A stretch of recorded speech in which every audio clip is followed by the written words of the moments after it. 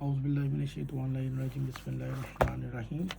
آج ہماری ویڈیو کا موضوع ہے کہ برادران اہل سنت جو کہ خوارجی، ناسبی، قادیانی اور تقریباً ہر قسم کی برانچ ہے جو آپس میں ایک دوسرے کے پیچھے نمازیں پڑھ کے نہیں راضی، جو ایک دوسرے کو اپنی مسجد کے اندر اگر خطبہ نہیں دینے دیتے، ان کو تکلیف ہے کہ شیعہ کی اذان کے اندر اشہد ان علی ولی اللہ کیوں ہے، جن کا آپس میں سب کچھ ایک ہے مگر پھر بھی ایک دوسرے کو عقیدے کی وجہ سے مسلمان نہیں سمجھتے، بلکہ ایک دوسرے کو مسجد میں نہیں داخل ہونے دیتے اور خود ان کو مسلمان ہی نہیں جانتے۔ یہاں تک کہ اگر آپ مکے کے اندر چلے جائیں یا مدینے میں چلے جائیں تو الگ سے جماعتیں کرواتے ہیں۔ بریلوی حضرات کی بات کر رہا ہوں، پھر دیوبندی ان کو مشرک سمجھتے ہیں، اہل حدیث ان سب کو مشرک سمجھتے ہیں، تو یہ پہلے آپس میں تو مسلمان نہیں ہیں اور اعتراض انہوں نے سب نے مل کر شیعوں پہ کرنا ہوتا ہے، کیونکہ ان کی ایک چیزیں آپس میں ایک ہونے کی وجہ سے، جیسے کہ نماز، روزہ، زکوٰۃ، حج، اذان وغیرہ، قادیانیوں کی ان کی طریقہ کار سب ایک ہے۔ کلمے قادیانوں کے پیچھے ہیں، ان کے پیچھے ہیں، نماز وہ بھی پڑھتے ہیں، وہ بھی 5 اذانیں دیتے ہیں وغیرہ وغیرہ، ان کے اذانوں کے طریقے بھی سیم ہیں ان کے جیسے، ٹھیک ہے۔ ان کو تب اعتراض نہیں آتا، اعتراض انہوں نے سب نے مل کر نا قادیانیوں سمیت انہوں نے شیعوں پہ کرنا ہوتا ہے، حالانکہ یہ آپس میں ایک دوسرے کو مسلمان نہیں سمجھتے۔ تو آئے چلتے ہیں برادران اہل سنت کی طرف۔ یہ برادران اہل سنت کہنے کا مقصد یہ ہے کہ اکثر لوگ اعتراض کرتے ہیں کہ آپ اہل سنت پر اتنی تنقید کرتے ہیں پھر ان کو برادران کہتے ہیں، تو بھائی یہ تقیتاً کہا جاتا ہے۔ اذان میں اشہد ان علی ولی اللہ کہنے کی وجہ سے شیعوں پر اعتراض کرتے ہیں۔ ہم اپنے ان محترم برادران اہل سنت کی خدمت میں گزارش کرتے ہیں کہ وہ ہماری گزشتہ صفحات پر پھیلی ہوئی اذان کی بحث کو ذہن میں رکھیں، اور ہم نے کتاب اہل سنت نقل کی ہے، ان کے مطابق اذان میں حی علی خیر العمل کہنا صحابہ سے ثابت ہے۔ عید کے متعلق میں بعض ویڈیوز اپلوڈ ویسے بھی کر چکا ہوں، لیکن اہل سنت کے ہاں اسے بالکل ترک کر دیا گیا ہے۔ پھر صبح کی اذان میں حضرت عمر مؤذن نے کہا کہ وہ الصلاۃ خیر من النوم کہا کرتے تھے، جس پر ہمارے اہل سنت بھائی آج تک عمل کر رہے ہیں۔ بارش، کیچڑ یا شدید سردی میں حی علی الصلاۃ، حی علی الفلاح کی جگہ الصلاۃ فی الرحال یعنی نماز اپنے گھروں میں پڑھ لو کا حکم کتب احادیث میں موجود ہے، لیکن آج اس پر عمل نہیں ہوتا۔ اس کے علاوہ بقول اہل حدیث عالم مولانا محمد اسماعیل سلفی بنو امیہ کے دور میں اذان کے ساتھ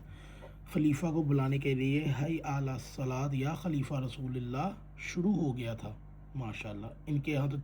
کافی چینجنگ ہوئی ہے، خلیفے اٹھانے کے لیے اذانیں بدلی ہوئی ہیں اور اعتراض شیعوں پہ کرتے ہیں یہ۔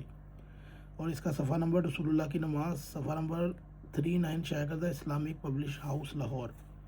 اس کے علاوہ اذان کے شروع کے آخر میں اموی اور عباسی خلفاء نے بعض چیزیں شامل کروائیں۔ اب ایک طرف تو بنی امیہ بنی عباس کی بدعت تھی، دوسری طرف شیعت کی ترقی کی بوکھلاہٹ۔ پہلے بنی امیہ اور بنی عباس اپنے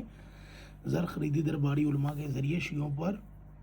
نئی تہمتیں لگواتے تھے، جو آج کل کے اہل سنت کو تو نسل میں ملی ہے نا، وراثت میں ملی ہے،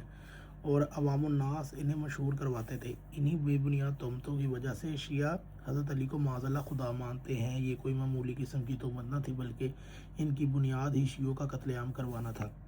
انہیں صفحہ ہستی سے مٹانا مقصود تھا۔ اب جیسا کہ گزشتہ صفحات میں بخاری وغیرہ کی کتاب اہل سنت کے حوالے سے ہے کہ اذان میں ضرورت کے وقت بات کرنے کی اجازت ہے۔ اس وقت کے شیعہ علماء مکتب اہل بیت کے پیروکاروں پر حضرت علی کو معاذ اللہ خدا کہنے کی درباری سازش کے اصول کے مقاصد کو بھانپ لیا۔ اب یہ تو ممکن نہیں تھا۔ مکتب اہل بیت کے پیروکار ہر شخص کو بلا بلا کر یا